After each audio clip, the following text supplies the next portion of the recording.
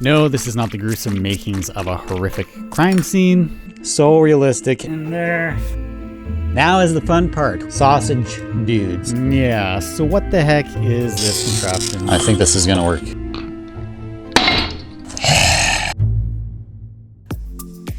The Book Nook. You know that super popular trend that ended a solid 1 to 2 years ago that everyone and their grandma was a part of?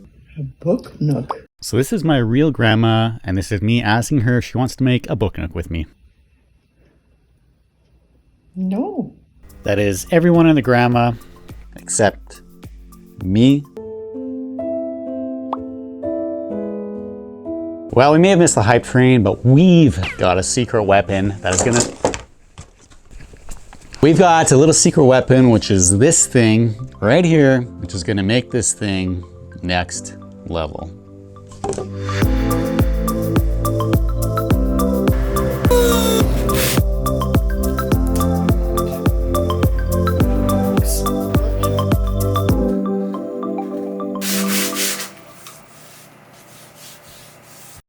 All right, so what is a book nook and why do I want to make one?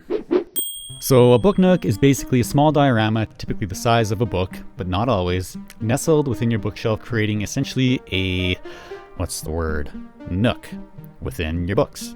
How's that for a description? So there's a reason why book nooks themselves are so popular. There's the physical little world there right beside the books. It's the perfect way to show off for people who aren't into tabletop gaming, who don't understand the purpose of a diorama. What's a diorama? Whereas the book nook, it's like the miniature diorama on the shelf. Everyone gets it, rather than having to explain why I would want these massive, epic pieces of terrain to game on. You know, these are kind of the awkward conversations that I'm trying to explain to people. Having the book nook right there, I think just resonates with so many people. So having said all that, it's time to get going on our book nook. But first, we gotta figure out what it is we're gonna make. What I've got in mind is I'm thinking Sherlock Holmes. Now hear me out. My first introduction to Sherlock Holmes was young Sherlock Holmes, and I watched that thing early 90s. I was pretty young, and at the time it completely freaked me out. It's really crazy. If you haven't seen it, there's this cult that fires these darts at people, and when they get pricked by it, they get this powerful hallucinogenic kind of vision. I think to set this apart from being just a regular street scene, because I want to have 221B Baker Street on there. I want to have the little apartment and some shops and stuff.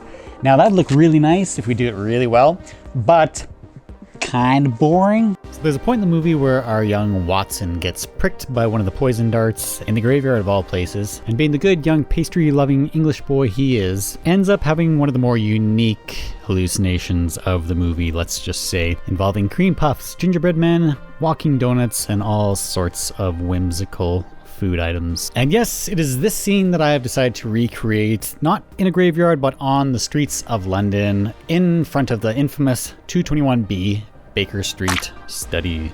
Okay, so we got some really nice images. I think what I'm dying to try out right off the bat here is fake food. All right, so the first question you're probably asking yourself is, Neil, why are you making dollhouse food, man? And I'll boldly answer your question with another question. Why haven't I made dollhouse food yet? I mean, if you go online and actually look at the stuff, this is flippin' amazing. It's like the most realistic, cool thing ever. And as far as miniatures goes, this has to be like the most realistic thing that you can make, like, at all.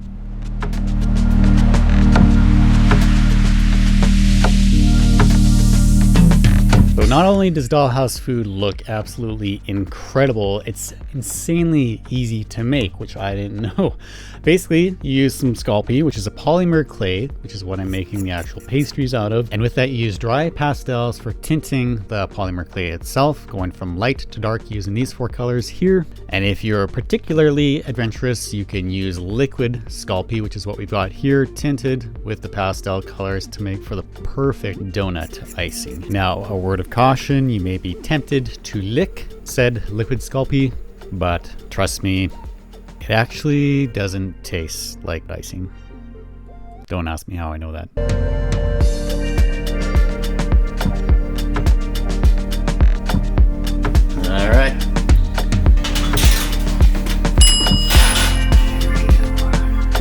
Words cannot describe how happy I am about all these baked pieces of bread. Like crazy. This is so realistic. Just clay and these chalk pastels. So I've been looking online. I got some old bakery storefronts pulled up, and that's what we're gonna do.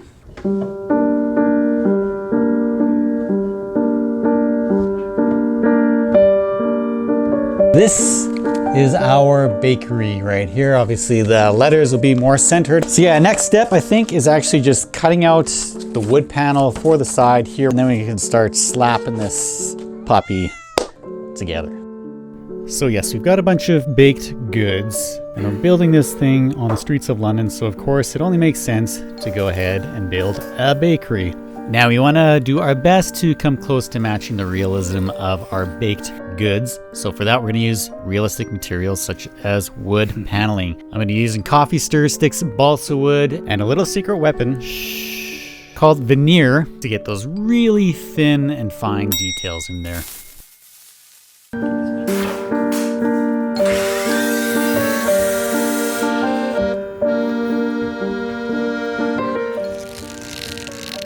Yeah, so what the heck is this contraption we are building here? Well, I had the bright idea to spend 2 or 3 hours making myself a miniature router.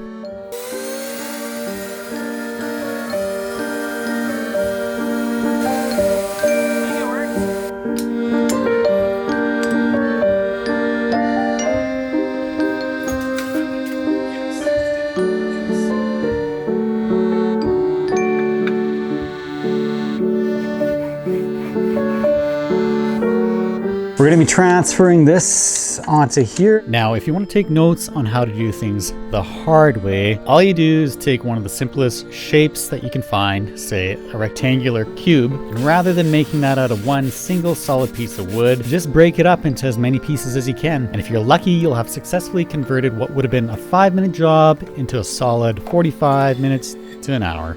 No biggie. Something like that. Really? And now this is how we're going to spell bakery. Oh yeah, and you can start fires with this thing too. Ow! Frick. Right, so in case you haven't seen before, these letters were actually made using my 3D printer and a piece of 3D software called Blender. Once we had those printed out, I sprayed them with a black primer, and then I decided gold lettering and gold trim is the way to go with this on the black building.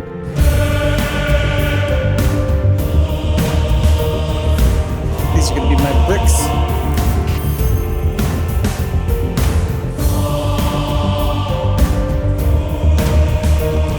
Following that right there. So I think I'm going to redesign some of this.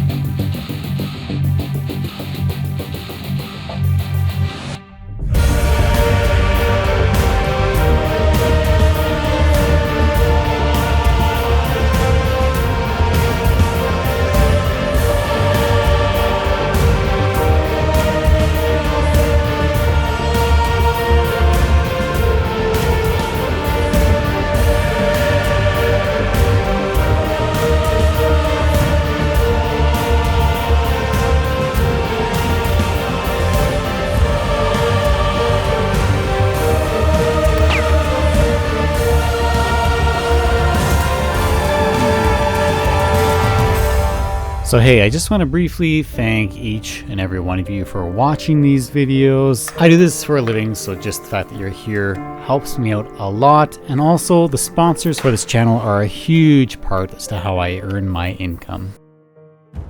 So now, having said all that, here's a big thank you to this video sponsor, Idle Siege. So basically this is an idle strategy kind of game, and you're going to be needing to destroy some castles in the process. So there are various maps you can play. This here is the starter map.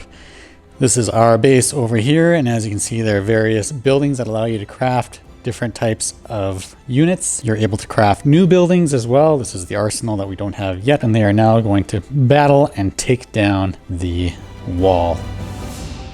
Now it looks like I've completed my first contract. I'm going to claim my gold and we're going to continue in and destroy some of these barracks. Now this is an idle game or a strategy game, so it offers a very relaxing, laid back kind of feel. The game features well-known historical as well as fictional characters and has a super cool handcrafted cartoon art direction where you can battle on various fantasy cartoon-like lands. And on top of that contains various memorable in-game events. Click the special link provided below, download the game and get a special welcome gift after reaching level 4 and claim your reward. All right, so we're gonna move on to the other side. So now we're gonna do 221B Baker Street. So this is Sherlock Holmes's apartment front. You might be able to see into his office, we'll see. So that's what I'm gonna do. And I got a bunch of styrofoam blocks to start out with, and we're gonna go from there.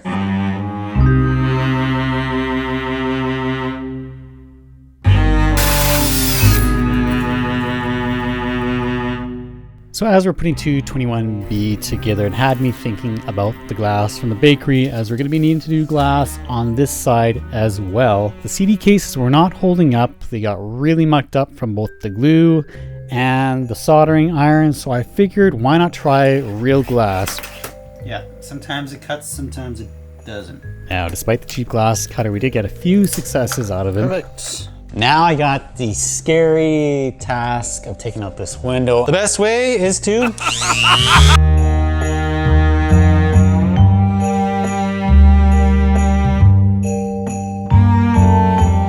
So now that we've come to a solution for the glass situation that had been quietly gnawing away at my soul, after finally deciding to rip it out and start over, we can go back to the windows on the opposite side of the street. Now we're going to be using the same materials, a lot of balsa, some toothpicks, some of these rings as well, just to add a little bit of detail and extra character in there. Now at this point, I still haven't decided what exactly this shop is going to be. I've got a few things in mind, and the solution I came to is kind of an odd one, and you'll see what I mean in a little bit here.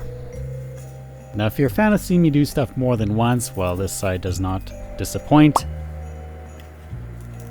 Yes, I really do like doing things more than once.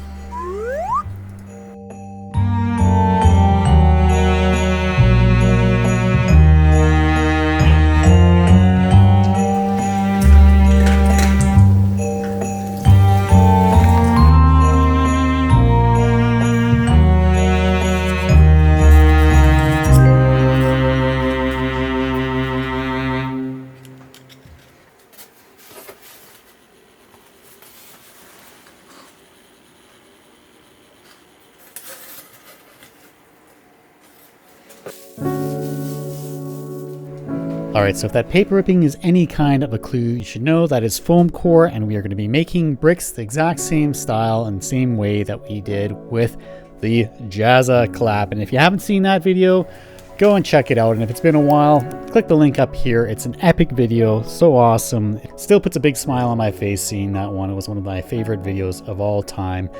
And you can check it up just in the corner right above here. But yes, this is a super effective and easy way of making bricks, and I just use gray pigment for the mortar in between, and it's the perfect brick effect.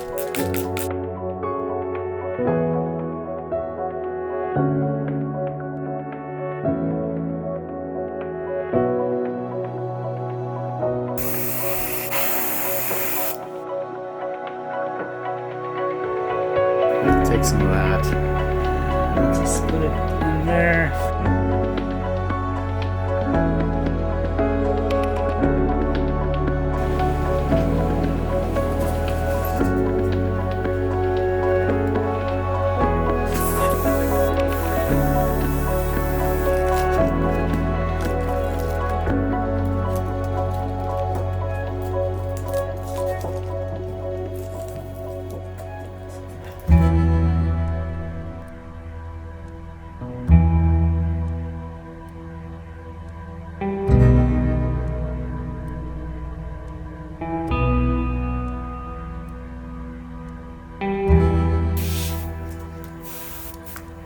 All right, so we've got our young Watson painted up, and actually I'm really Really liking how he's turned out. Now is the fun part. Sausage dudes. Crazy, creepy sausages grasping themselves around this guy, tying up his legs, and some little pastry creatures.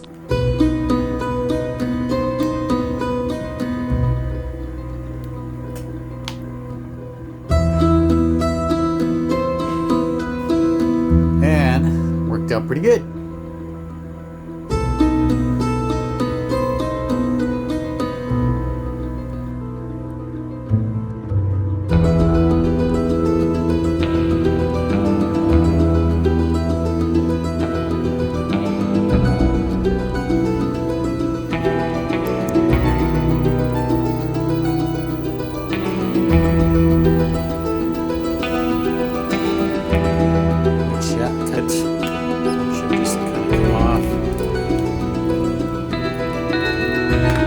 Looks like it's smashed up.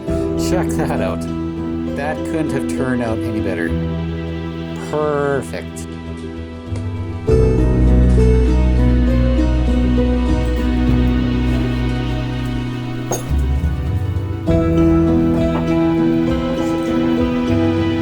But we got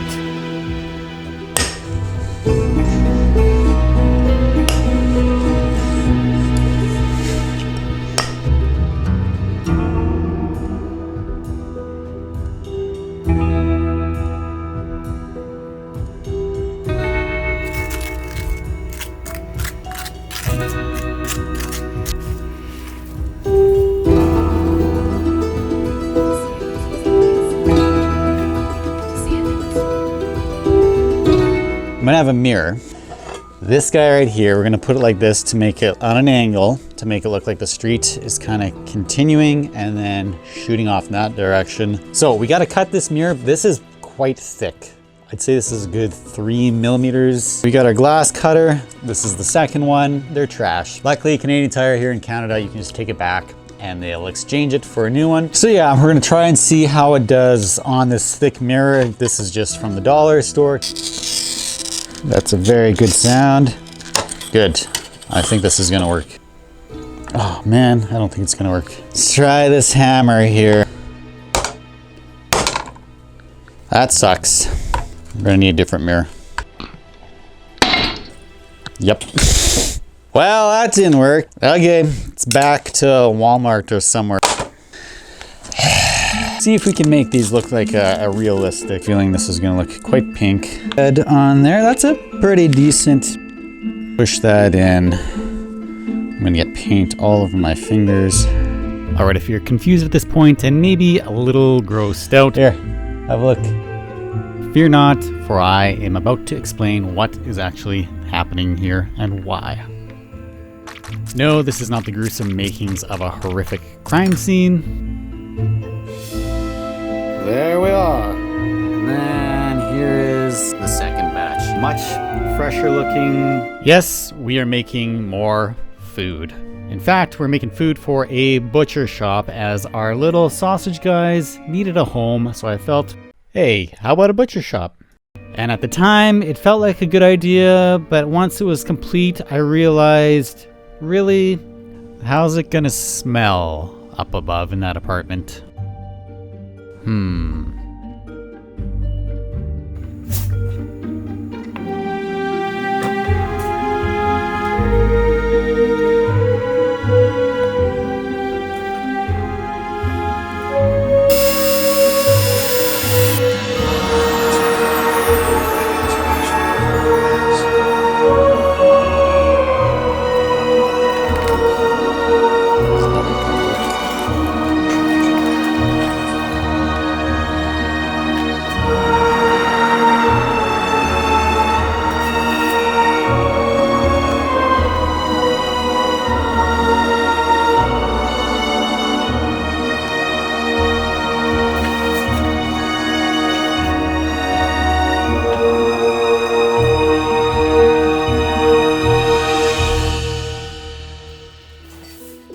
Alright, so if that last shot didn't give it away, we're going to be having an interior on this book nook. And of course, it's going to be Sherlock Holmes's apartment, and for that we're going to need a lot of furniture. Now I'm not going to be handcrafting each and every single piece.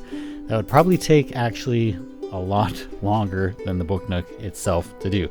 So as a solution to that, we're going to be 3D printing those out. Now this is the Sonic Mighty 8K. This is a high resolution screen. So what that means is the detail is very fine and very intricate. So very excited for this. And full disclosure, this printer was sent to me for free by Frozen. Okay, I've gone down a road that I didn't think I'd be going down. This here is a fairly expensive piece of leather. These are leather dyes, and I got two colors here, kind of a burgundy red and a bluish color here. We're gonna try to do some leather work. This has the potential to like really amp this thing up and just make this thing way cooler than I initially planned for it to be. So I'm gonna take this out to the table saw.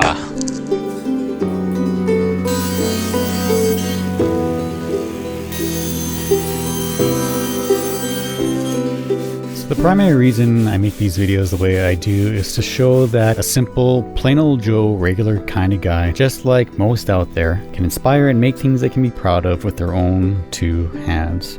I'd wager most of you are just here to watch and live vicariously through the person you see on the screen making these things, and I might guess that many of you wish this is something you could do too, but feel it is just impossible and not something you're capable of. Honestly, what the purpose for this channel boils down to is to inspire you to tackle the impossible.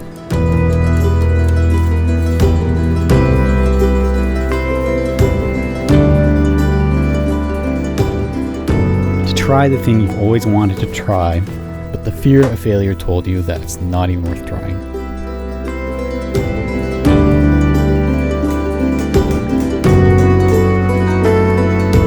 If anything, the growth of this channel is a testament against that, and if you go back to the beginning and have a look at how it all started, you'll see a nervous, bumbling guy that had something to share with no idea even where to begin and how to do that effectively.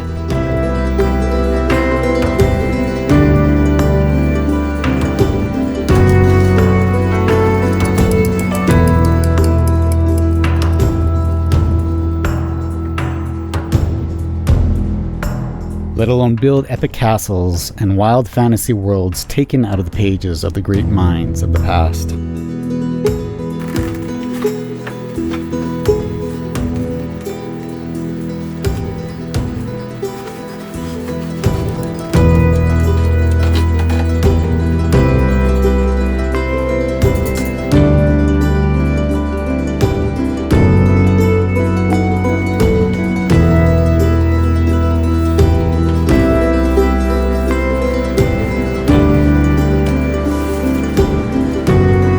The elegance is in the simplicity of this contraption. Crazy cool, completely unrelated to like miniature stuff, having this book, and it's actually been a ton of fun.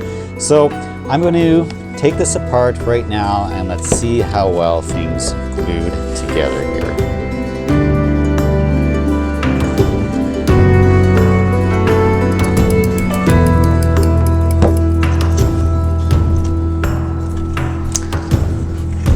Right, there it is. That's pretty nice, I gotta say. I'm gonna do some more embossing on here with some lines and things. Yeah, very cool. Very cool.